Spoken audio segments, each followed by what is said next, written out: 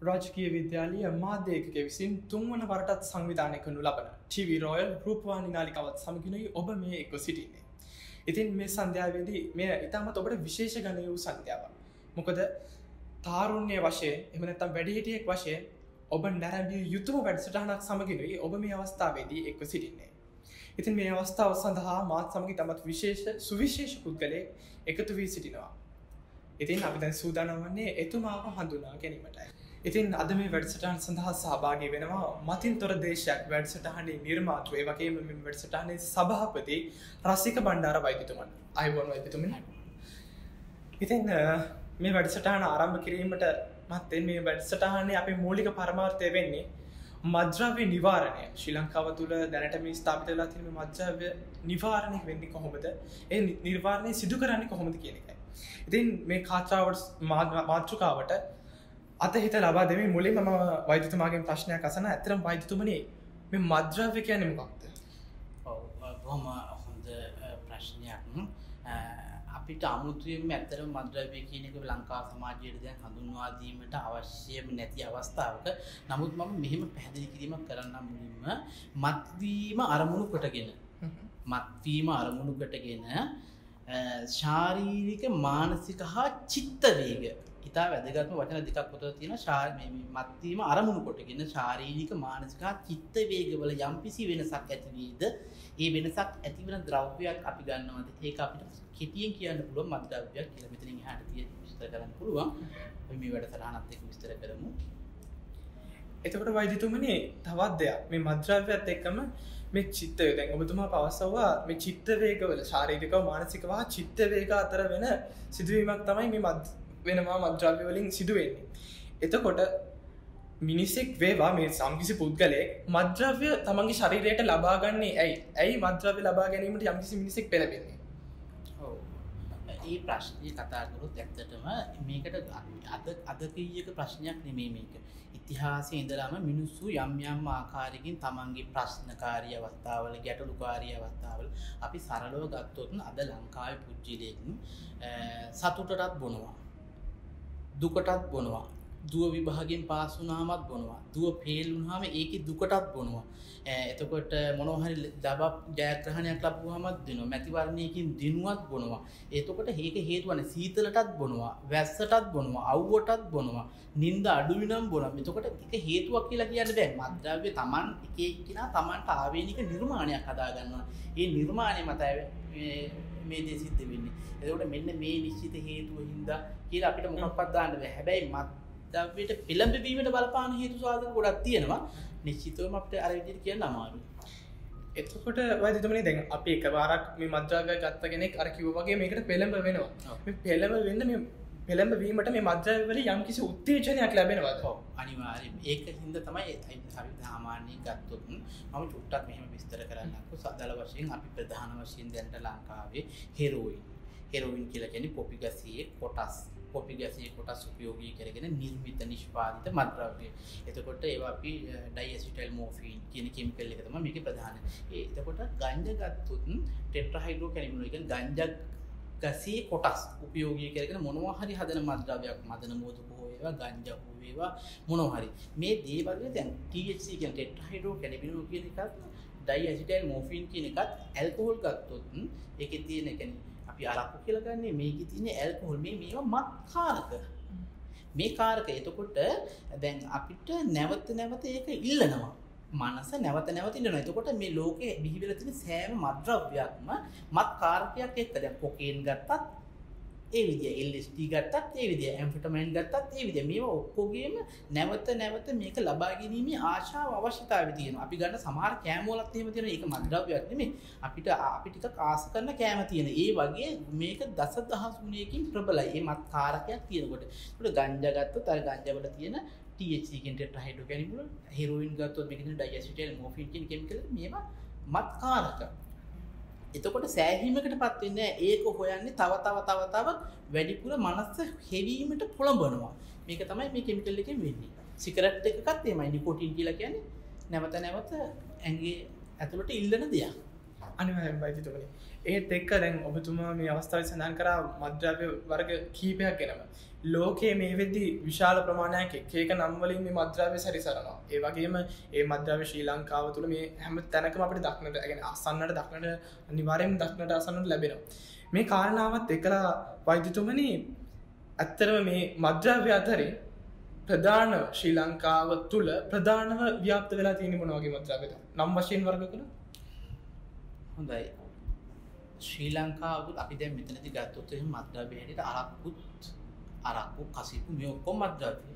ඒ කියන්නේ මත්වීම අපි ඉස්සෙල්ලා හැදුන්නපු නිර්ණායකට අයිති වෙනවා. එතකොට මේ අපි මේ ගන්න ඉතනෝල් වලින් ඉඳලා ගංජා, හෙරෝයින්, කොකේන් මේ වගේ දේවල් ලංකාව තුළ බහුලව භාවිතා වෙනවා. ඒකෙත් 1980 යුගයේ වෙන විට ලංකාවේ හෙරෝයින් ආරම්භක අවධිය. නමුත් එදාට වැඩිය අද ගොඩාක් ප්‍රබල තත්ත්වයකට ලංකාව වෙලා තියෙනවා. දැන් ගංජා අපේ රටේ තැන් තැන් වල වගා කරනවා. හොඳ නිශ්චිත වශයෙන් තැන් තැන් වල අපි විශේෂයෙන් හම්බන්තොට ප්‍රදේශවල, තනමල්ලි ප්‍රදේශවල වගේ දේවල් වල ගංජා වගා කරනවා. හැබැයි හෙරෝයින් 1980 තිබුණට වැඩිය අද ගොඩාක් වෙනස්. මේ අවුරුදු 40 ඇතුළත ලංකාවේ ප්‍රබල ස්ථානයකට හෙරෝයින් ඉන්න පටන් ගන්නවා. හෙරෝයින් කියලා කියන්නේ ගංජා තරම් ටිකක් අර අපි සාමාන්‍ය සමාජයේ හඳුන්වන අහිංසක මද්ද්‍රව්‍යකුත් නෙමෙයි. හෙරෝයින් වලින් වෙන හානිය අපිට ගොඩාක් අපේ සමාජයේ අද බැංකු කැඩීම්, වංචා, හොරකම්, මංකොල්ල, ස්ත්‍රී දූෂණ මේ හැම දෙයක් පිටිපස්සෙම තියෙනවා.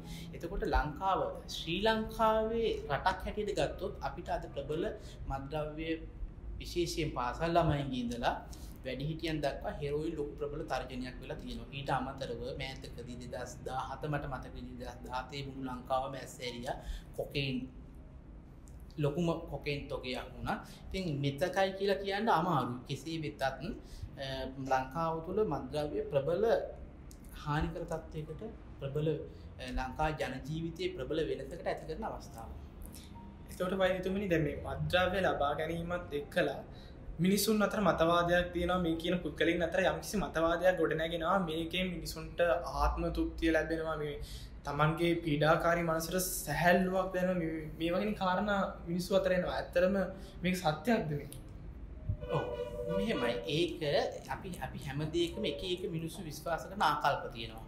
මොකද අපි දැන් මම ඔක එක එක මද්ද්‍රව්‍ය වෙන වෙනම අරගෙන කතා කරොත් දැන් මුල් අවස්ථාවේදී යම් කිසි පුද්ගලයෙකුට ලොකු ප්‍රබල ප්‍රශ්නයක් තියෙන වෙලාවකදී මේ ප්‍රශ්න වලින් පැනලා යන්න, මේ ප්‍රශ්න මගහැරව ගන්න මද්ද්‍රව්‍යයක් භාවිතා කරලා එයා හිතට දැනෙන්නේ නැති වෙන්න ඉතින් ඔයාලට මතක ඇති සමහරලාට ලොකු ප්‍රශ්න ගොඩක් තියෙන වෙලාවක ඔය සමහර කට්ටිය ඉන්න පිරිටන් පෙත්තක් බීලා බුදිය ගන්නවා.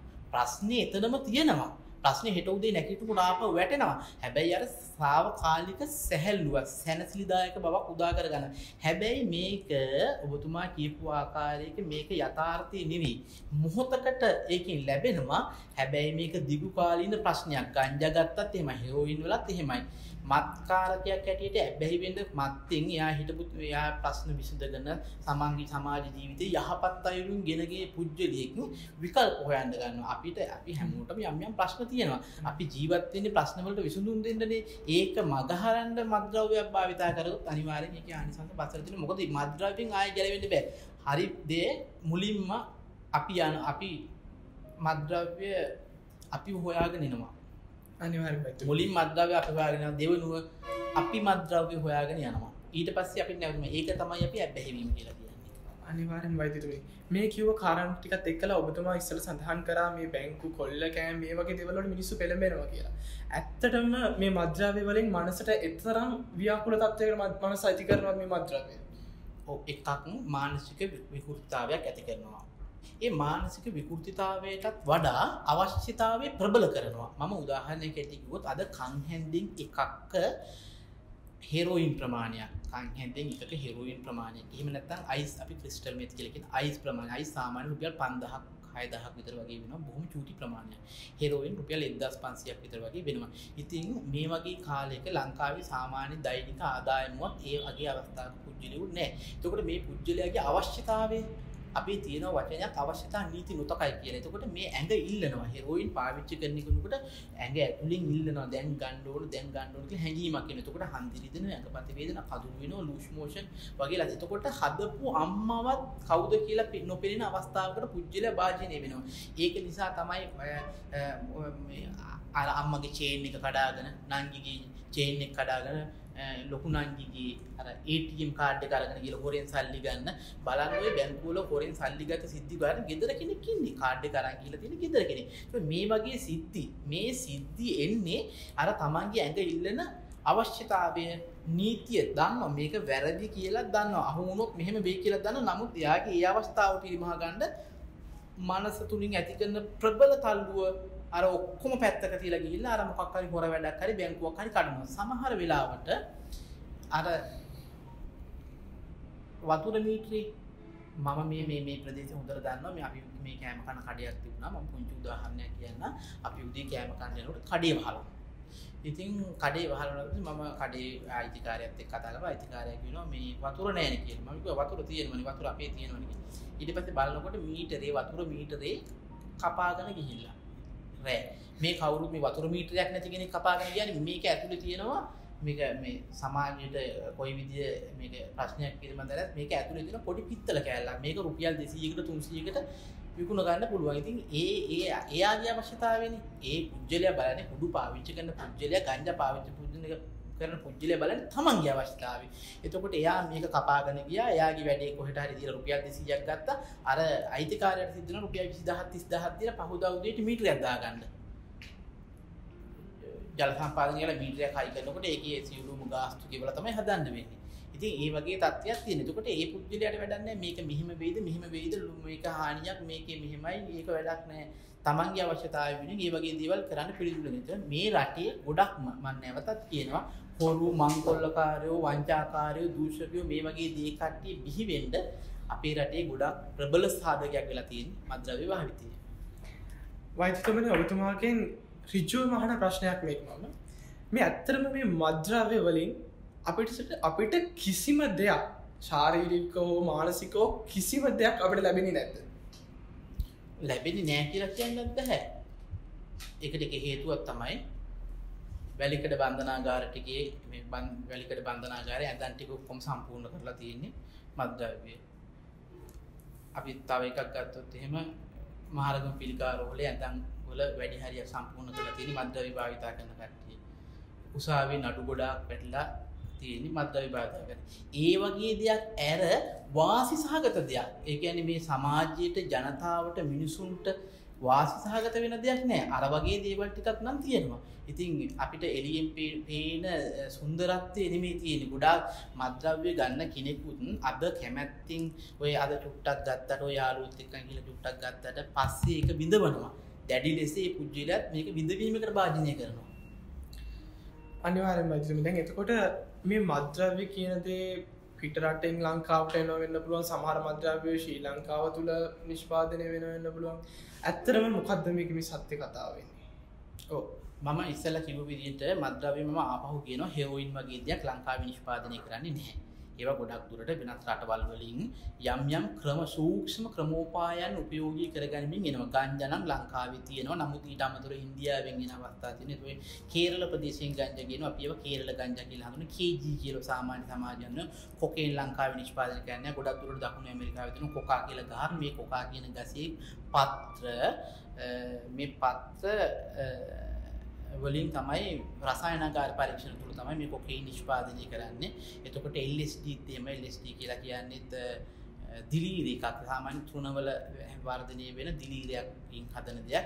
ඊට අමතරව ඖෂධ අපයෝජනය කියනවා. ඒ කියන්නේ බටහිර සහ ආයුර්වේද වෛද්‍යවරු බහුලව භාවිතා කරන වේදනානාශක එහෙම නැත්නම් ක්ෂයරෝගය වගේ රෝග සඳහා දෙන ඖෂධ එහෙමත් නැත්නම් මානසික රෝගීන්ට දෙන ఔෂධ අපි නම් වලින් මේ අවස්ථාවේදී භාවිතා කරන්නේ නැහැ. මේක මාධ්‍යක නිසා. නමුත් මේ ඖෂධ අධිමාත්‍රාවක් භාවිතා කරනවා මත් වෙන්න.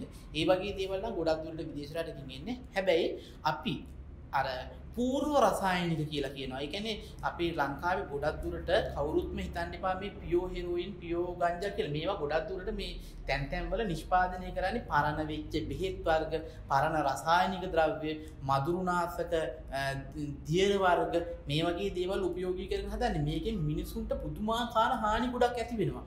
අපි හිතුවේ නැති වුණාට ඒ හානියේ ස්වභාවය තමයි මම අර ඉස්සෙල්ලා කිව්වා වගේ ඔබතුමාට මේ බවන්ත මහත්තයා අර පිළිකා රෝහලේ රෝගී මේක හොඳම සාක්ෂිය. ඉතින් ඒ වගේ අවස්ථා තියෙන්න පුළුවන්. ඉතින් අර ටයිල් කර්මාන්තශාලාවට විදුලි කර්මාන්තශාලාවලට ගේන රසායනික ද්‍රව්‍ය තියෙනවා.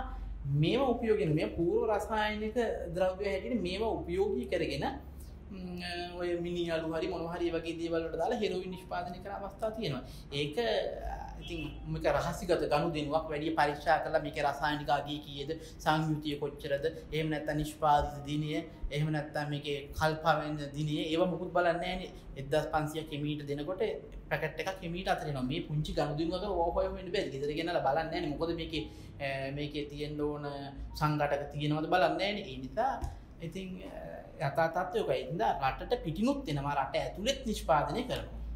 වෛද්‍යතුමනි තවත් කාරණාවක් ඔබතුමා එක් තැනකදී සඳහන් කරා මේ ගන්න ඖෂධ වලින් සමහර කට්ටිය අධිමාත්‍රා ලබා ගන්නවා කියලා. එක්තරා කාලයක ශ්‍රී ලංකාව තුල කතාබහට ලක් වුණා මේ අපේ හමුදා සොල්දාදුවන්ට ලාංකිකව පිට රටවල් වල හමුදා සොල්දාදුවන් ඉතාම සමහර අවස්ථාවලදී කියන්නේ බෝම්බ පිපිරුම් අවස්ථා වගේ අවස්ථාවලදී ඉතාමත් දරුණු ලෙස තමන්ගේ ශරීරයේ කොටස් අහිමි වෙනවා උන්ට විඳ දරා ගැනීම ඉතාම තපසු තත්ත්වයට එනවා. ඒ අවස්ථාවලදී ලබා දෙන යම්කිසි ඖෂධ වර්ග මේවා අතිමාත්‍රාවලින් ලබාගෙන මේ මත්වීම කියන කාරණාවට යොමු වෙනවා කියලා. මේක ඇත්තක්ද? මේක ඇත්තක්. ඒ ඇත්තක් කියලා කියන්නේ සාමාන්‍යයෙන් වේදනානාශක ගොඩක් දුරට අපි වෛද්‍යවරු භාවිතා කරනවා. වේදනානාශක භාවිතා කරන්නේ වෛද්‍ය නිර්දේශයක් යටතේ යම්කිසි සීමාවකට. ඒක දෙකේදීම තියෙන ආයුර්වේද පැත්තෙත් වෙන්න පුළුවන්, බටහිර පැත්තෙත් වෙන්න පුළුවන්. ඉතින් මේ වේදනානාශක හඳුනාගත්තට පස්සේ මේ අය මේක දිගින් දිගට මේ කියන්නේ Tamanට වෙනත් ප්‍රශ්නවලදී ගන්නවා පෙත්තක් දෙකක් අරගෙන මේක අඛණ්ඩව මේක ගෙනියනවා. ඒක මත්ද්‍රව්‍යයක් හැටියට භාවිත කරනවා. ඒතකොට එයාලගේ බලාපොරොත්තුව මේක පාවිච්චි කළ මේක සාමාන්‍ය පෙත්තක් දෙකක් නෙමෙයි. මෙයාලා ගන්නකොට ගොඩක් ගන්නවා. පෙති කීපයක් ගන්නවා. මේක ප්‍රබල වශයෙන් ශාරීරික මානසික වශයෙන් මිනිසුන්ට ඉතාමත්ම විශාල හානියක්. කතාව යථාර්ථයක් තියෙනවා. ඒක තමයි ඔය සමහර පෙති වර්ග දැන් අද ගත්තොත් පාසල් ළමුන් පවා තැන් වලට ගිහිල්ලා ඔය පාමසි වලින් නම් කියලා ආවල් පෙත්ත කියලා පෙති ඉල්ලගෙන පුරුදු වෙන පටන් ගන්න. මේ සංස්කෘතියේ එක අවස්ථාවක් තමයි. අනිවාර්යයෙන්ම වෛද්‍යතුමනි. එතනින් එහාට තවත් කාරණාවක් වෛද්‍යතුමනි මේ මත්ද්‍රව්‍ය කියන කාරණාව තුළදී මේ කුඩා ළමුන් මේකට ඇබ්බැහි වෙන්න වර්තමාන වෙද්දී පටන්ගෙන තියෙනවා. එක යම්කිසි සුළු දෙයකින් මේවා Tamanට හම්බෙන ටොපියකින් අද වෙද්දී අපි අම්මලා තාත්තලා වෛද්‍යතුමනි අපිට කියන්න පටන්ගෙන තියෙනවා දන්නේ නැති කෙනෙක් දෙන ටොපියක් කන්න එපා, ලොලිපොප් එකක් එහෙම දෙයක් අතරවත් ගන්න එපා කියලා අපිට කියනවා. මේ කාරණාවට හේතු වෙලා තියෙන්නේ මේවත් එක්ක ළමයින්ට යම්කිසි උත්තේජනත් එක්ක ළමයින්ට මේක පුරුදු කරන්න හදනවා කියන දේද? එක පැත්තක් බවන්ත මෙහෙම ප්‍රශ්නයක් තියෙනවා. අපේ රටේ පාසල් ප්‍රජාව මේ පාසල් දරුවෝ ගොඩාක් දුරට මත්ද්‍රව්‍යයට පෙළඹෙන අපි හිතන්නේ නැති අවස්ථා කීපයක් තියෙනවා. මේ අවස්ථා කීපෙ මම එකින් එකට විස්තර කරනවා. ඔබතුමාට කාලේ දෙනවා නම් සාමාන්‍යයෙන් කොළඹ, ගම්පහ, කළුතර වගේ මේ තදාසන්න ප්‍රදේශවල දරුවෝ පාසල් දරුවෝ මත්ද්‍රව්‍යයට පෙළඹෙන කාලයක් තමයි බිග් මැච් කාලේ. ක්‍රීඩා උත්සව සහ බිග් මැච් කාලේ. ළමයින්ට උපරිම නිදහස තියෙනවා. ළමයි පාරවල යන විදිහම අපි දන්නවනේ. එතකොට මේ වගේ කාලවල වලදී ළමයි මත්ද්‍රව්‍යයට පෙළඹීමේ සම්භාවිතාව ඉතාමත්ම ඉහළයි. එකක්.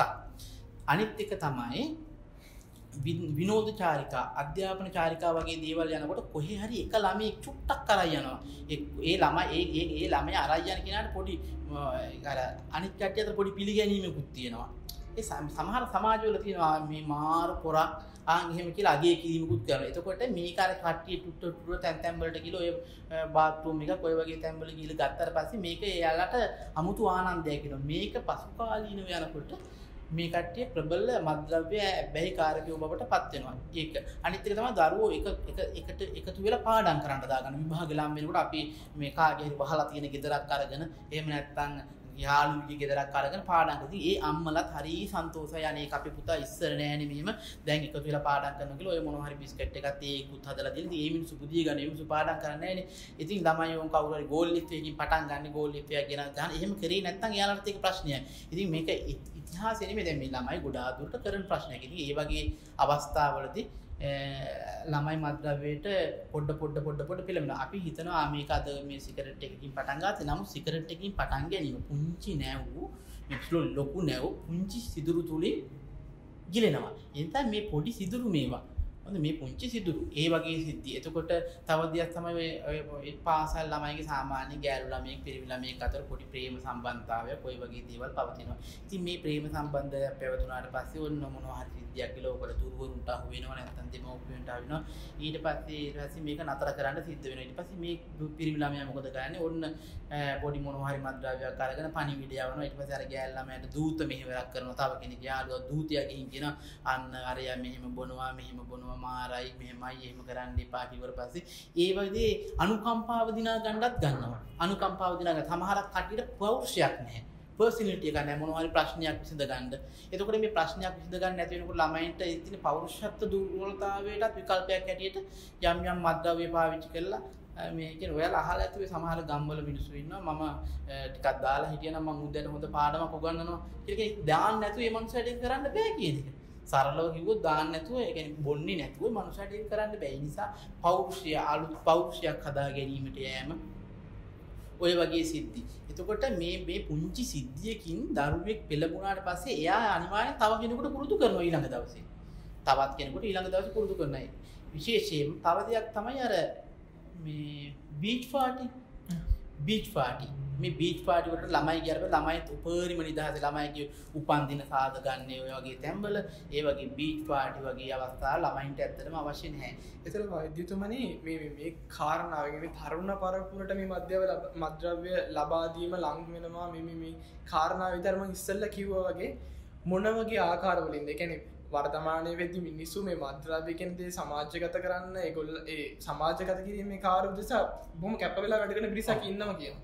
එතකොට ඒකට ස්ත්‍රී පුරුෂ ભેදයක් නැතුව මේ මිනිස්සු මේ මත්ද්‍රව්‍ය සමාජගත කරන්න කැප වෙනවා කියලා කියනවනේ. අපි අම්මලා කියනවා දන්නේ නැන්ටි කෙනෙක් අංකල් කෙනෙක් කවුරුව දුන්නත් මේ දේවල් පාවිච්චි කරනවා. මේ ඇත්තටම මේ ටොෆි චොක්ලට් වලින් විතරද කියන්නේ මේ කියන මොන වගේ ආකාර වලින්ද මේ මත්ද්‍රව්‍ය සමාජගත කරන්න ඕන පෙළඹිලා ඉන්නේ. හොඳයි බොහොම හොඳයි බවන්ත මෙහෙම ප්‍රශ්නයක් තියෙනවා අපි සාමාන්‍යයෙන් ගත්තොත් එහෙම මේ මත්ද්‍රව්‍ය එක ගත්තොත් මේක කොටස් තුනක් යටතේ අපිට හඳුන්වන්න පුළුවන්. ඒ කියන්නේ මත්ද්‍රව්‍ය නිෂ්පාදනය, මත්ද්‍රව්‍ය බෙදා හැරීම සහ මත්ද්‍රව්‍ය හැඳින්වීම. මෙන්න මේ කොටසේ ලෝකේ කිසිම රටක මත්ද්‍රව්‍ය පිළිබඳව තහනම් සීමාවන් හඳුන්වලා දී වාරණ නීති හඳුන්වලා දීපු කිසිදු රටක් මත්ද්‍රව්‍ය පිළිබඳව ප්‍රධාන මාධ්‍ය උපයෝගී කරගෙන දැන්වීම් ප්‍රචාරණ කරන්නේ නැහැ. ඒවා ගොඩක් දුරට තහනම් කරද ලංකාවෙත් මේ පහුගිය වකවානු තුළ සිගරට් පැකට් එක පවා උපයෝගී කරගෙන මේකට යම්කී සීමාවන් ගොනු කරා. හැබැයි අපිට මේකට මෙහෙම නීති රීති ලෝකයේ නිර්මාණය වෙන අවස්ථාවක් වෙනකොට අද අපි ගොඩක් දුරට සමාජ මාධ්‍ය වලට තමයි ගොඩක් පුරු වෙලා තියෙන්නේ. ජනමාධ්‍ය කියලා කියන අපි පරණ තිබිච්ච රූපවාහිනී මේ වගේ පොඩ අයින් වෙලා අපි හැමෝම ඔබන්න පුරුදු වෙලා තියෙන හැන්දෑව ඉඳලා මේ සමාජ මාධ්‍ය ජාල. මෙන්න මේ සමාජ මාධ්‍ය ජාල මේ මත්ද්‍රව්‍ය නිෂ්පාදකවරු උපක්‍රමශීලීව දැහැගෙන තියෙනවා. මම එක පුංචි උදාහරණයක් කියන්නම්. දැන් ඔය මෙයාලා භාවිතා කරන වැදගත්ම ක්‍රමවේද කීපයක්. දැන් ඔය මොන හොය අර ස්ටාර් හරි මේ ස්ටාර් මොන හරි ක්‍රමවේදයකින් හරි එහෙම නැත්නම් ඔය පොඩි ටෙලි ඩ්‍රාමා එක පොඩි ටෙලි නාට්‍යයක ඔය පුංචි චරිතයක් ඔය පොඩි ගානකට රඟපාන ළමයි ඉන්නවා. ඇත්තටම මේ කට්ටිය මම මේ කියන දේ ලංකාවටම ඔබින නෙමෙයි. ඔය අපි මේ කසිකබල් නිලියක් අල්ල ගන්නවා.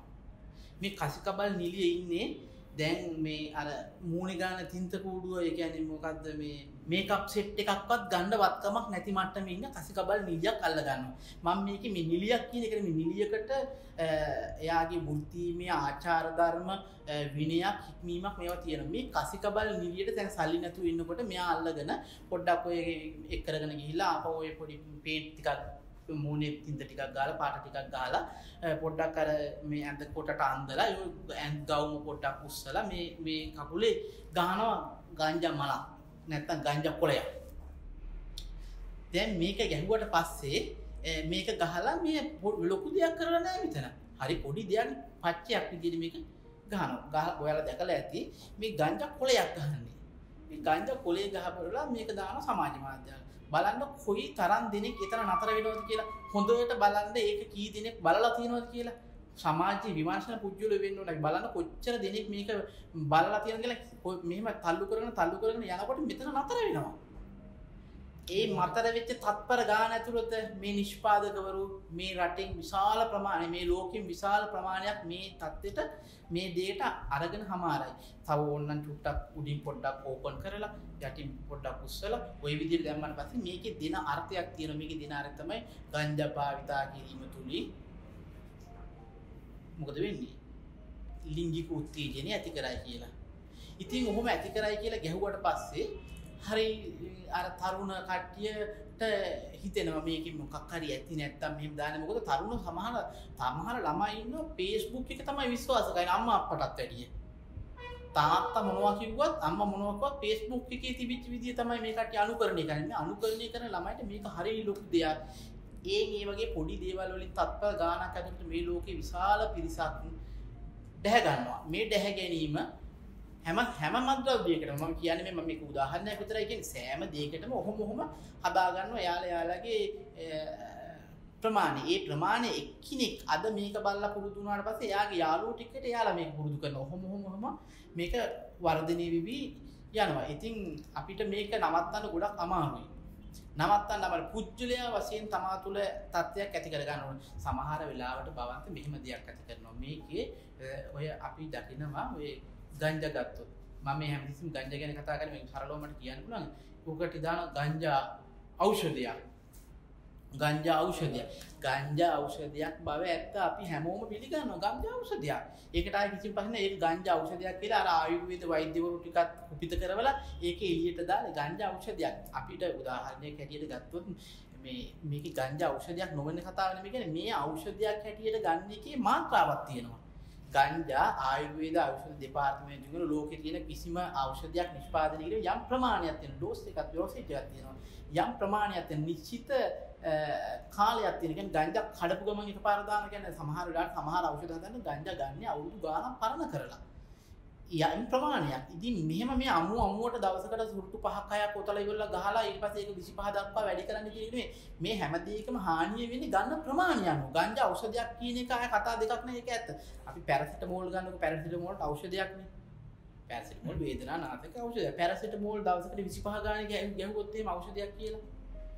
එක උදාහරණයක්. තව දෙයක් හිතන්න අපි බිත්තර මොනවද? බිත්තර දැන් ඔයාලට ඉස්කෝල වල උගන්වන පොඩි කාලේ ප්‍රෝටීන් බහුල හොඳ ආහාරයක්.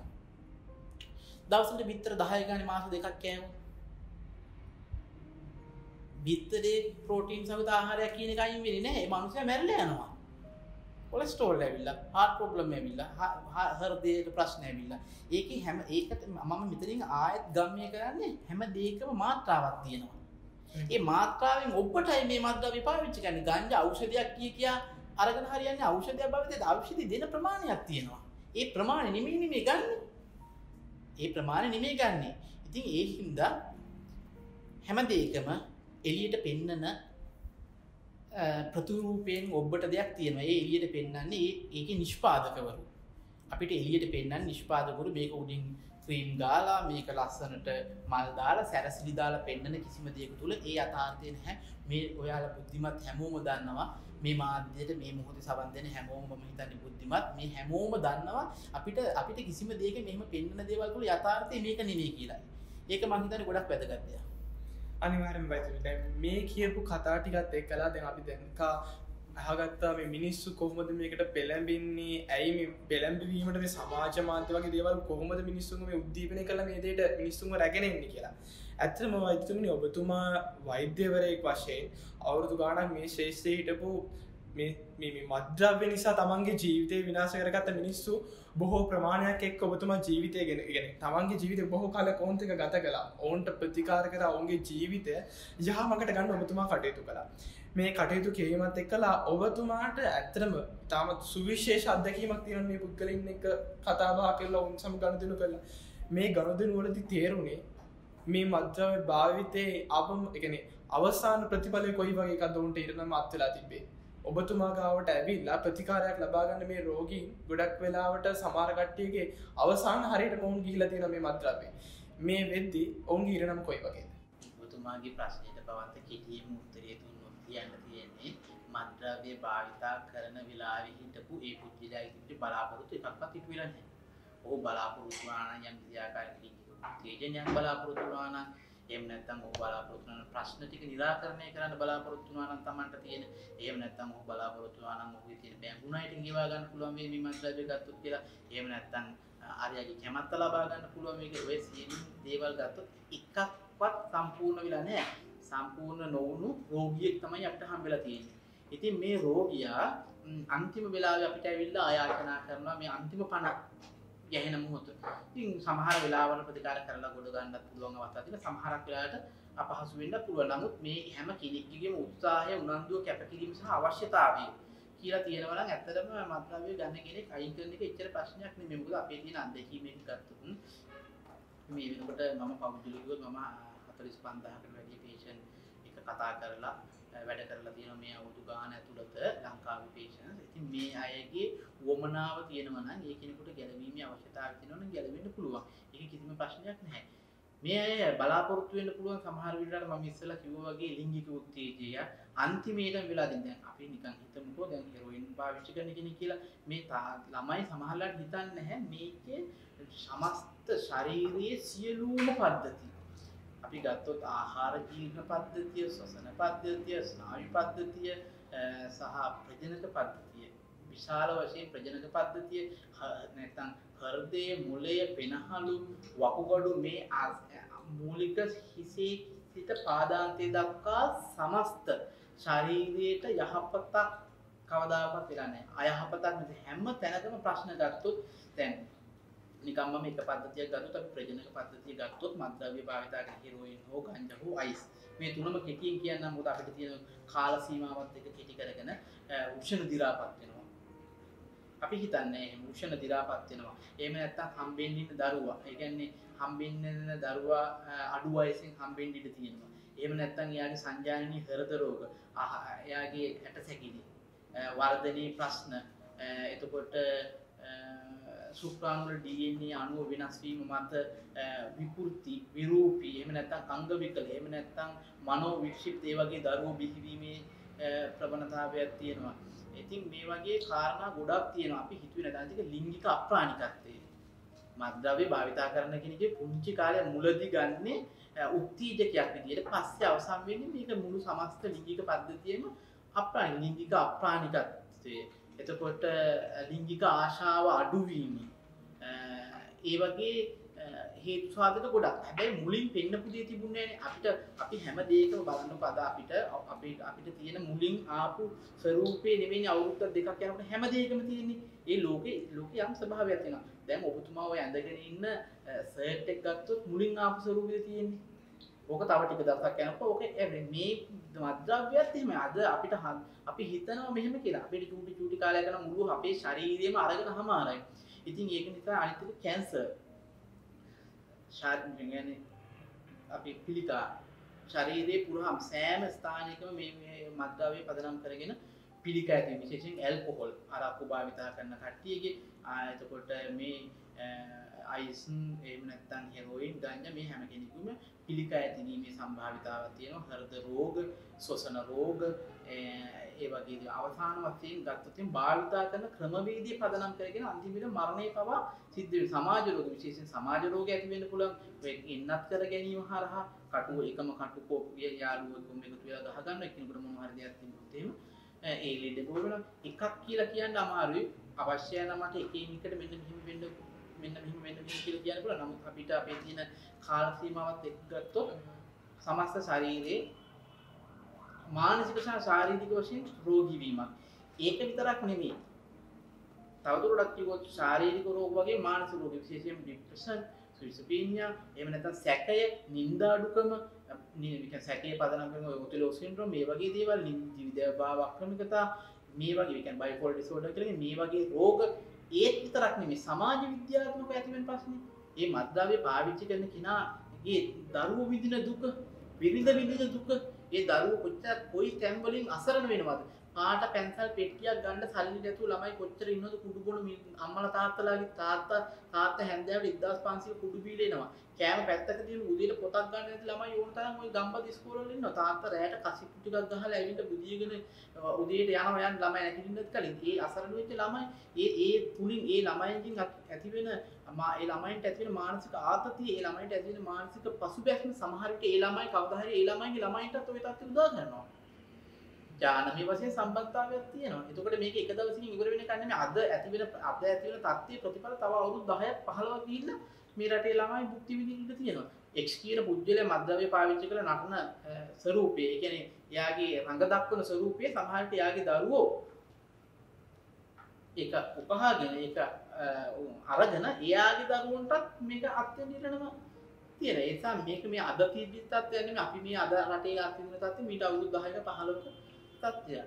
මේ කතාවේ අපි ගොඩක් පරතරයට ආව. දැන් කතාවේදී අපි දන්නවා මත්ද්‍රව්‍ය කියන්නේ මොකක්ද, මත්ද්‍රව්‍ය වලින් කොහොමද මිනිසාට බලපෑම ඇති වෙන්නේ, මිනිසා අන්තිමට මේකේ විඳවන්නේ කොහොමද වෙනකම් අපි මේ මත්ද්‍රව්‍ය තුල කතාවෙන් අපි ඉදිරියට ආවා.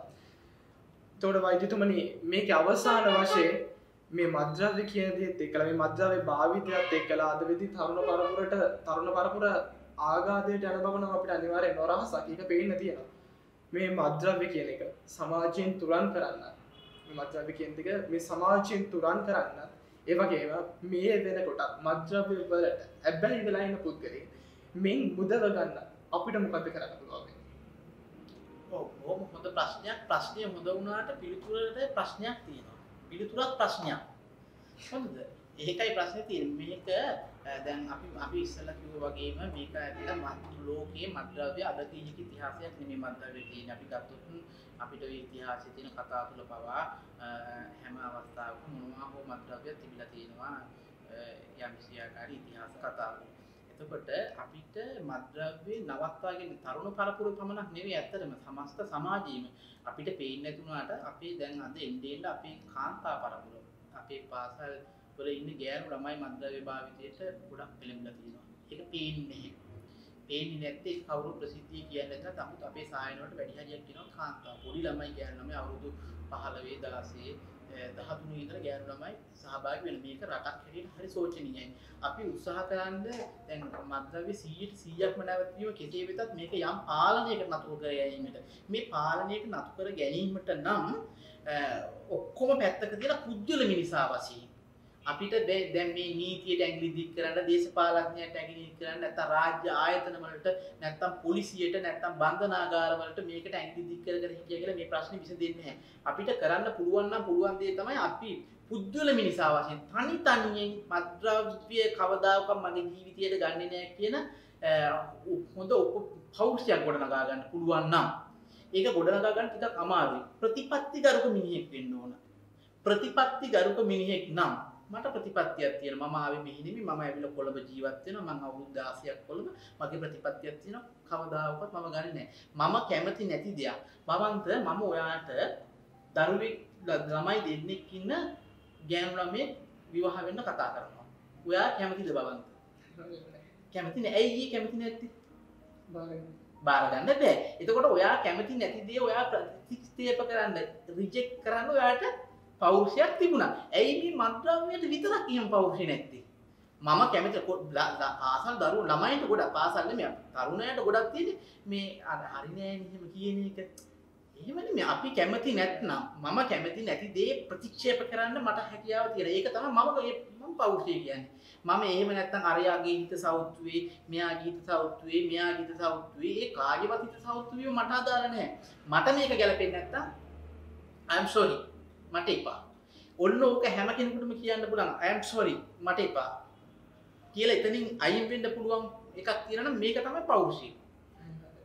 අයි ඒක අපිට ප්‍රතික්ෂේප කරලා ඒ තනින් අයින්වීමේ හැකියාව තියෙනවා නම් ගොඩක් දුර හොඳයි. එහෙම නැතුව මේ ඒ ගොඩ වැඩි වුණොත් ඒ ගොඩට ගිහිල්ලා ඒ ගොඩේම විනාශ වෙලා ඒ ගොඩේම පිච්චිලා යන තමයි තියෙන්නේ. අර අන්ත පළගෙට්ටු දැකලා තියෙනද ඔය ගම්බද ප්‍රදේශ වල පළගෙට්ටු. දැන් ඔය ඉස්සර දැන් නැහැ ලාම්පු පත් වෙනකොට ඉස්සර පළගෙට්ටිය එකේ කොහොම වෙනවද ලාම්පු වැටේ රුන් ගාලා කරන මේක මැදට පිච්චිලා මැරෙනවා. අනිත් එකත් බලාගෙන ඉන්නවා අරු පිච්චෙනවා. කරන්නේ ඒ ටිකම තමයි කරන්නේ. ඔහොම කැරකිලා අරකට පැනලා මෙල්ල යනවා. මත්ද්‍රව්‍ය ගන්න කට්ටියත් මේ නොපෙනෙනව නෙමෙයි. නොදන්නවත් නෙමෙයි. අපි රජයේ විශ්වාස කරනවානේ.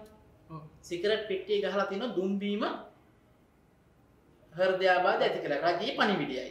මේ මොනවා හරි පාඨමාලාවක් කරන්න ගියත් අහනවා රජයේද කියලා. බෙහෙත් ටිකක් ගන්න ගියත් අහනවා රජයේද කියලා.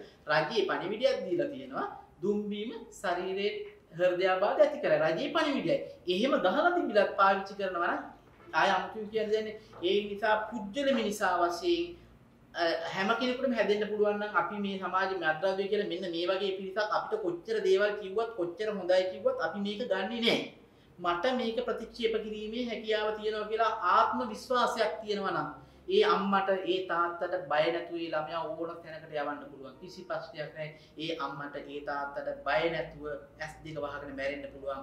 මම මගේ ළමයා අවුරුදු 80ක් ජීවත් වුණත් කවදාවත් කිසිදු මද්ද්‍රව්‍යයකට බැහැ වෙන්නේ නැහැ. ඒක මට ඉරහඳ වගේ විශ්වාසයක් කියලා අම්මෙකුට ආත්ම ශක්තියක් තාත්තෙකුට විශ්වාසයක් ගොඩනගා ගන්න පුළුවන් නම් ඔබට දිය හැකි එකම සහතිකයක් ඒකයි. ඒක හැර පොලිසියෙන් අරකටින් කප්පන් අරගෙන දේශපාලඥ තමයි රටට ගේන්නේ. අර අහවල් බෝඩ් එකේ කැටි යුතුයකම කරලා නැහැ. අහවල් උසාවිය කරලා ඒව ඇත්ත. ඒව මේ රටේ තියෙන අවයව. මද්ද්‍රව්‍ය පාලනය කිරීමට නැත්නම් මද්ද්‍රව්‍ය අර ගේන කට දඬුවම් කිරීමට තියෙන අවයව. අපිට මේ අවයව වල කාර්යය ඉටු වේවා හෝ නොවේවා අපේ අවයව ටික බේරගන්න අපිට පුළුවන්කමක් තියෙයි නම් පුජ්‍යල මිනිසා වශයෙන්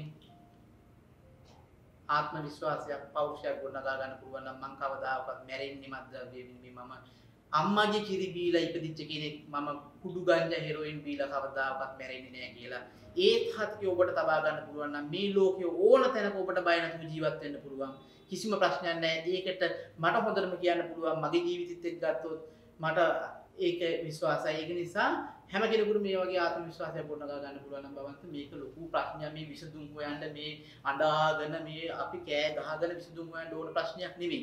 මේක තම මේ මොහොතේ තම තමන් කල්පනා කරලා තම තමන් ආත්ම ශක්තිය තනියෙන් ගත්තොත් මුළු රටම දිනු. කාටවත් බෑ ඔයාලට මෙහෙන් පොඩ්ඩක් උස්සලා ගංජා මලක් පච්ච ගෙහුවා කියලා පොඩි සිගරට් එකක් ගහලා පෙන්නවා කියලා මොකක් හරි සිංගම් මොනක් දාලා පෙන්නවා කියලා ඔයාලව දැහැගන්න බැරි නම් ඒ කට්ටිය අසාර්ථකයි. ඔයාලා ඕන දෙයකින් දැහැගන්න පුළුවන් නම් ඒ කට්ටිය සාර්ථකයි. වෛද්‍යතුමනි ඔබතුමාගෙන් අහන්න තියෙන අවසාන ප්‍රශ්නය විදිහට ඔබතුමාට මම මේ ප්‍රශ්නේ යොමු කරන්න කැමතියි. ඇත්තටම වෛද්‍යතුමනි අපගේ ආගමික පැත්තෙන් ගත්තොත් සිංහල බෞද්ධ වේවා ක්‍රිස්තියානි හින්දු මුස්ලිම් මේ කුමන හෝ ආගමික පුද්ගලයන් මේ මද්ද්‍රව්‍ය වලට සෑම ආගමික සෑම ජාතිකම පුද්ගලයන් මේ මද්ද්‍රව්‍ය වලට භාවිතයට යොමු වෙනවා. ඒක ඇත්ත. ඒක පිළිගන්න වෙන කාරණාවක්. මේ කාරණාවත් එක්ක මේ ආගමික වශයෙන් ගත්තොත් මේ ආගමික නායකයින් සතුව එහෙම නැත්නම් පන්සලක අපේ හාමුදුරුවෝ ඒ වගේම එතනින් එහාට ගිහිල්ලා අපේ ක්‍රිස්තියානි පල්ලියක නම් අපේ පූජකතුමන් ඒ වගේ එක් එක් පාර්ශවයන් සතුව යම්කිසි වගකීමක් තියෙනවා මේ මද්ද්‍රව්‍ය නිවාරණයට. ඒ පිළිබඳව ඔබතුමා මොකක්ද හිතන්නේ? ඔව් බවන්ත මෙහෙම ප්‍රශ්නයක් තියෙනවා. මම ඉස්සෙල්ලා කියපු කොටසේ අනිත් පැත්ත තමයි මෙතන තියෙන්නේ. අපි හැමෝටම සමාජ විද්‍යාත්මක තියෙන භූමිකා රංගනයක්. මේ භූමිකා රංගනයේ තියෙන අපි හැම කෙනෙකුටම සමාජයේ වගකීමක් තියෙනවා. ඔබතුමා ඔය කියන්නේ වගකීම් පිළිබඳ සංකල්පය. ඒ කියන්නේ භික්ෂුව එහෙම නැත්නම් පූජ්‍ය පක්ෂය කියලා ගමුකෝ. අපි ඔක්කොම අමතක කරලා මේ වෙලාවේ අපිට ಜಾති වශයෙන්වත් ආගම් වශයෙන්වත් කුල වශයෙන්වත් බෙදලා මේක අමාරුයි. එතකොට පූජ්‍ය පක්ෂයට තියෙනවා එයාලට භූමිකාවක් තියෙනවා. එයාලට යුතුයකමක් තියෙනවා. මේක පිළිබඳව මද්ද්‍රව්‍ය මේ රටින් මේ ලෝකෙන් තුරන් කිරීම පිළිබඳව යම්කිසි ආකාරයකින් ඒ කට්ටියගේ ඒ පාර්ශවයේ වගකීම සමාජයට ඉටු කිරීම සහ සමාජයේ දැනුවත් කිරීම තමන්ගේ පිරිස දැනුවත් කිරීම සහ තමන්ගේ පිරිස මේකෙන් ගලවා ගැනීමට විශේෂ වගකීමක් තියෙනවා. නීතියට දැන් අපි පොලිස් දෙපාර්තමේන්තුව ගත්තොත් පොලිස් දෙපාර්තමේන්තුවටත් තියෙනවා වගකීමක් තමන්ගේ පිරිස ගලවා ගැනීම තමන්ගේ ජනතාව ආරක්ෂා කිරීම ගුරුවරුන්ටත් තියෙනවා තමන්ගේ දරුවෝ ආරක්ෂා කිරීම තමන්ගේ දරුවෝ ගුණවත් කිරීම නැනවත් කිරීම සහ සුමගට යැවීම දෙමව්පියන්ටත් තියෙනවා තමන් මේ ලෝකෙට දායාද කරපු තමන් වදපු දරුවෝ යහපත් ගතිගුණ වලින් පරිපෝෂිත පිරිපුන් දරුවෝ හැටියට යවන්න. එතකොට වැඩිහිටි සැමටම තියෙනවා. පාරේ යන කවුරු හරි දැක්කොත් ඒ සෑම වැඩිහිටියෙකුටම තියෙන මොනවා හෝ මත්ද්‍රව්‍ය සම්බන්ධ යම්කිසි ආකාරයකින් ප්‍රශ්නයක් තියෙනවා නම් ඒ ළමයින්ට පැහැදිලි කරලා දීලා එයාට දැනුම දෙන්න අපි හැම කෙනෙකුටම තියෙනවා. මේ සමස්ත සමාජයේම තමන්ගේ භූමිකා රංගනයේ නිවැරදිව කළොත් මත්ද්‍රව්‍ය කියලා කියන එක ලොකු ප්‍රශ්නයක් නෙවෙයි. ලොකු ප්‍රශ්නයක් නෙමෙයි. අපි හිතමුකෝ මෙහෙම කවුරු හරි කෙනෙක් දන්නේ නැතුව මොනවා හරි දෙයක් කරනවා මත්ද්‍රව්‍ය පරිදෙකට ඒක කෙනෙකුට පැහැදිලි කරලා දෙනවා. පැහැදිලි කරලා දීලා වෙන පාසලක නම් ගුරුවරයෙක් ඉන්නවා. එහෙම නැත්නම් ගුරුවරයා දැනුවත් කළා, වැඩිහිටියන්ට දැනුවත් කළා මේකට ගන්න ඕන ක්‍රියාමාර්ග ගත්තොත් මේක එතනින් නතර කරගන්න පුළුවන්. ඒ ආකාරයෙන්ම අපි අර ඔබතුමා කියපු ආකාරයකට පූජ්‍ය පක්ෂේ නැත්නම් ආගමික කොටස් වලට ලොකු වගකීමක් තියෙනවා. තමන්ගේ කොටස නිසි ආකාරයෙන් ඉටු කරනවා නම් දෙමව්පියෝ දෙමව්පියෝගේ කොටස කරනවා ගුරුවරුගේ කොටස කරනවා පොලිසිය කොටස කරනවා අධිකරණයේ කොටස කරනවා නම් විධායකයේ කොටස කරනවා ව්‍යවස්ථාදායකයේ කොටස කරනවා නම් මේ රට මෙහෙම වෙන්නේ නැහැ. මේ ප්‍රශ්නේ තියෙන්නේ මේක කරන්නේ නැති එකයි. ඒ කියන්නේ තමන්ට අවබෝධයක් නැහැ භූමිකා රංගනය පිළිබඳ. තමන් කරන්නේ තමන්ට අදාළ නොවුණු කොටසකට බොරුවට කෑ ගහන එක. ඒ නිසා මේ මොහොතේ ඉඳලාවත් අපි හරියට අවබෝධ කරගත්තොත් අපි මොකද්ද මේ සමාජයට වෙන්න ඕන මේ මත්ද්‍රව්‍ය තුරන් කිරීමෙන් අපි මොකද්ද වෙන්න ඕන. අනිත් එක රාජ්‍ය ආයතන තියෙනවා මේකට රාජ්‍ය නොවන සංවිධාන තියෙනවා. එක කණ්ඩායම් තියෙනවා මත්ද්‍රව්‍ය විරෝධී සංගම් තියෙනවා. මේ හැම එකක්ම එකතු වෙන්න ඕනේ. යම්කිසි ආකාරයකින් කෙනෙක් මත්ද්‍රව්‍ය ප්‍රසිද්ධ කිරීමට එහෙම නැත්නම් මත්ද්‍රව්‍ය වැඩි මේ මොකද්ද ව්‍යාප්ත කිරීමට උත්සාහ කරනවා නම් ඒට එරෙහිව කටයුතු කරන්න මේ සමාජ සංවිධාන වලට හැකියාව තියෙන්න ඕනේ. එහෙම වුණොත් අපිට යම් වෙනසක් කරන්න පුළුවන් මේ සමාජයේ. අනිවාර්යයෙන්ම වෛද්‍යතුනි මේ කතාවත් එක්කලා තවත් එක්තරා වැදගත් සම්දිස්ථානයකටයි මම මේ ඉන්නේ. ඒ තමයි වෛද්‍යතුමනි පොඩ්ඩක් හිතලා බලන්න කන්දක් තියෙනවා. මේ කන්දේ මුදුන කියන්නේ ඊටමත් පිරිපුන් ඒ කියන්නේ මිනිසුන් ගුණාත්මක බවින් තමන්ගේ සමාජීය වශයෙන් මානසික වශයෙන් මේ සියලු වශයෙන් ඊටමත් උසස් සමාජයක් මේ කන්ද මුදුන කියන්නේ.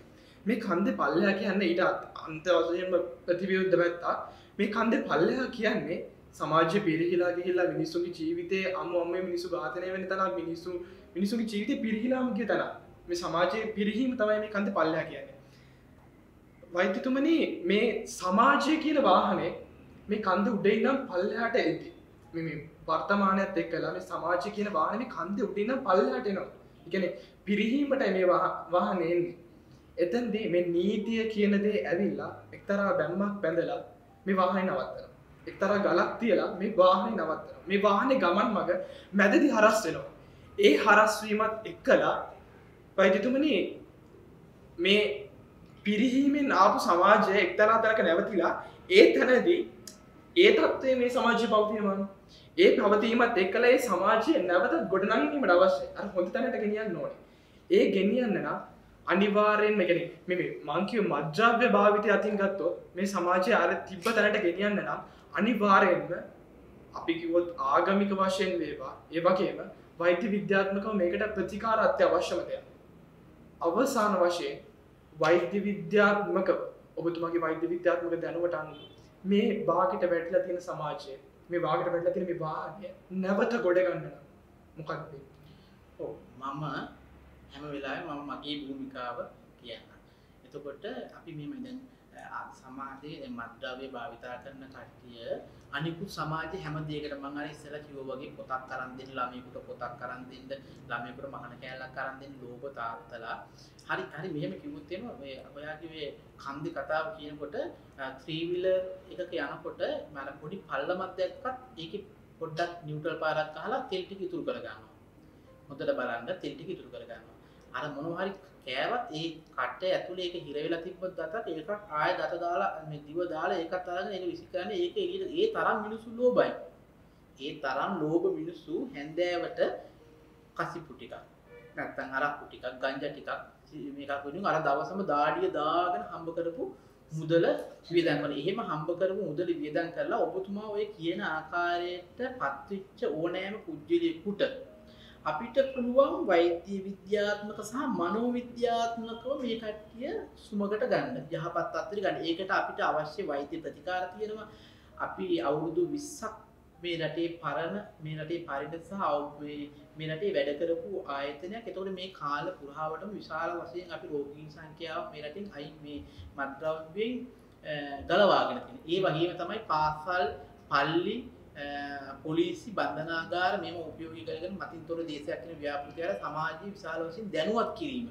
මේක නොමිලේ කරන වැඩසටහනක් මත්ද්‍රව්‍ය දැනුවත් කිරීම වැඩසටහන ඔක්කොම සෑම පාසලකම වගේ ලංකාවේ කරලා තියෙනවා. නොමිලේ මේ අවුරුදු කාලෙදී මතින්තොර දේශයක් කියන වැඩසටහන හරහා. ඉතින් දැනුවත් කිරීම කරන්නේ කෙනෙක් මත්ද්‍රව්‍යයට අවතීර්ණ වීම පාලනය කරන්න. මත්ද්‍රව්‍ය ගන්න කට්ටිය ඒකින් වළක්වා ගන්න අපි වෛද්‍ය ප්‍රතිකාර සහ මනෝ උපදේශන, මනෝ චිකිත්සන උපදේශන සහ ඖෂධ ප්‍රතිකාර කියන ත්‍රිත්ව ක්‍රමවේදයන් උපයෝගී කරගෙන අපි මේ කට්ටියව මේකෙන් ඉවත් කිරීමට ප්‍රතිකාර කරනවා. අනිවාර්යයෙන්ම හිතුනේ. ඔබතුමා කියපු කාරණා ටිකත් එක්කලා මේ මත්ද්‍රව්‍ය කියන දේ සමාජගත වීම මේ සියලු කාරණා මේ මත්ද්‍රව්‍ය කියන මොකද්ද කියන තැනේ ඉඳලා එතනින් ඉදිරියට පෙළගෙන සෑම කාරණාවක් පිළිබඳව අපි සාකච්ඡා කරා. ඒ සාකච්ඡාව තුළින් අපි හිතනවා අපගේ ප්‍රේක්ෂකයන්ට තමන්ගේ ජීවිතයට වැදගත් දෙයක්. තමන් දැනටමත් මේ පිළිබඳව මේවට යොමු වෙලා ඉන්න කෙනෙක් නම් එයින් තමන්ගේ ජීවිතය ගලවා ගන්නේ කොහොමද? ඒ වගේම දැනට ඔබට ඔබගේ වටපිටාවේ ඉන්න මිනිස්සු ඔබ වේට යොමු කරන්න උත්සාහ කරනවා. තමන්නේ මෙතිලා තමන්ගේ පෞරුෂත්වය ගොඩනගාගෙන තමන්ගේ ජීවිතය සාර්ථක කරගන්නේ කොහොමද කියන එක ඔබතුමා පෙන්වා දුන්නා. මම හිතන්නේ අද අපේ ප්‍රේක්ෂකයන්ට මේ වැඩසටහන ඔස්සේ ඉතාමත් සුවිශේෂී දැනුමක් ඒ වගේම තමන්ගේ ජීවිතේ ඉතාමත් සාර්ථක කරගන්න අවශ්‍ය දැනුමක් ඔබතුමා ලබා දුන්නා. අවසානම වශයෙන් ඔබතුමාට මොකද්ද කියන්න තියෙන්නේ මේ පරම්පරාවට මේ වර්තමාන යෝන් පරම්පරාවට වැඩිහිටියන්ට අවසාන වශයෙන් මොකද්ද දෙන්න තියෙන ආදර්ශය? මම ඉතාමත් කෙටියෙන් කියන්න. මම පෙර කියපු පරිදිම ඔබ කැමති නැති දෙයක් ප්‍රතික්ෂේප කිරීමේ උපවිඥානාත්මක පෞරුෂය ඔබ තුළ හදාගන්න කවදාකවත් වරදින්නේ නැහැ. ඒ කියන්නේ මත්ද්‍රව්‍ය නුසුදුසුයි. මත්ද්‍රව්‍ය විනාශකාරී. මත්ද්‍රව්‍ය අපිට ශාරීරික මානසික රෝග ඇති කරනවා. මත්ද්‍රව්‍ය අපේ පරම්පරාවම නැති කරනවා. මත්ද්‍රව්‍ය අපේ පෞල් ජීවිතේ විනාශ කරනවා. මත්ද්‍රව්‍ය අපේ මරණය ළඟා කරනවා කියන එකට ඔබ එකඟ නම් පමණක් මේ වැඩසටහනේ මම බලාපොරොත්තු වෙන එකම දේ ඔබ වන්න ඔබට පුළුවන් වෙනවා නම් මම කවදාවත් නැවත මත්ද්‍රව්‍යයකට අත තියන්නේ නැහැ. මාට කිසිම කෙනෙකුට මා වෙතින්ට ගන්න බෑ. මගේ කිසිම යාළුවෙකුට මා වෙතින්ට ගන්න බෑ. මම තනි පුජ්‍යල මිනිසා වශයෙන් මම තීරුම් ගත්ත කෙනෙක්. කිසිම ආකාරයකින් මම නැවත මේ වගේ දෙයකට පෙළඹෙන්නේ නැහැ කියන ශක්තිය ඔබට ගන්න පුළුවන් නම් ඔබට මේ ලෝකේ කොතනකත් එකයි. ඔබට මේ ලෝකේ කොතනකවත් ජීවත් වීමට අවශ්‍ය ශක්තිය තිබෙනවා. අනිවාර්යයෙන්. අද දින ඔබත් මමත් මේ සමීප වෙන වැඩසටහන ඔබටත් මටත් ඉතාම සුවිශේෂී වැඩසටහනක් වෙන බවට නොඅනුමානයි. මොකද අද දින අපි ඔබට මේ සමීප කෙරුව මේ වැඩසටහනේ තියෙන ඉතාමත් විශේෂ දෙයක්. එක්තරා අවස්ථාවකදී මේ තැන ඉතාමත් විශේෂ තැනක්. ඒ වගේම අද අපිත් එක කතා බහට එකතු වුණ රසික බණ්ඩාර වෛද්‍යතුමාත් ඉතාමත් විශේෂ පුද්ගලයෙක්. ඒ වගේම ඔබට මත්ද්‍රව්‍ය පිළිබඳ යම් කිසි ගැටලුවක් පවතී නම් අපි කොහොමද ඔබතුමාව සම්බන්ධ කරගන්නේ? මේකේ ඔක්ස්ෆර්ඩ් ලංකා මෙඩිකල් ආයතනය මතින්තොර දේශයක් ව්‍යාපෘතියට ඕනම කෙනෙකුට සම්බන්ධ කරගන්න. මම ඉතා කෙටියෙන් කියන්න ඔබට ඉතාම පහසුවෙන් සියලුම විස්තර ගන්න පුළුවන් www.oxfordlanka.info කියන වෙබ් අඩවියට පිවිසීම තුලින් ඔබට මේ පිළිබඳව අවශ්‍ය සියලුම විස්තර ලබා ගන්න පුළුවන්. ඒ සමගම මම විශේෂයෙන් මේ වෙලාවේ මට මිනිත්තුවක් ලබා ගන්නවා යුග අවශ්‍යතාවයක් කාලීන මාතෘකාවක්. ඇත්තටම මේ කාලේ කතා කරන්න ඕන අවශ්‍ය මාතෘකාවක් පිළිබඳව TV රොයල් කණ්ඩායම නිෂ්පාදන කණ්ඩායමට මම ගොඩක් ස්තුතිවන්ත වෙනවා. මේ වගේ ඉතාමත් වැදගත් මාතෘකාවක් පිළිබඳව හරබර දේශනයක් අද දින සංවිධානය කිරීම සම්පූර්ණ. අනිවාර්යෙන්ම නිකොටින් කාබන් හොඳ නෑ පපුවට ලී මත ජීවිත වැළලී පොළොවට ලාභට මුදලට පිළිකා ගත්තට මුදලට හැකි වෙද පිළිකා නැස්මට අද දින මේ වැඩසටහනත් සමගින් සහභාගී වූ ඔබ සමගගේ ජීවිත ජයෙන් ජයට පත් වේවා. ඔබගේ ජීවිතත් යහපත් මාර්ගයේ නිවැරදි මාර්ගයේ රැගෙන යාමට අවශ්‍ය ධෛර්ය ශක්තිය ඔබට හිමි වේවායි ප්‍රාර්ථනා කරමින් මෙම වැඩසටහන මෙතනින් අවසන් කරනවා. TV Royal සමගින් දිගටම රැඳී සිටින්න. අපගේ ඊළඟට පැවැත්වෙන වැඩසටහන් සඳහා ඔබ එක දිගටම යොමු වන්න. එයින් තමන්ගේ ජීවිතයට යම්කිසි දෙයක් ලබා ගත හැකි වෙයි අපි අපේක්ෂා කරනවා. ඉතින් ඔබ සියලු දෙනාටම ස්තුතියි.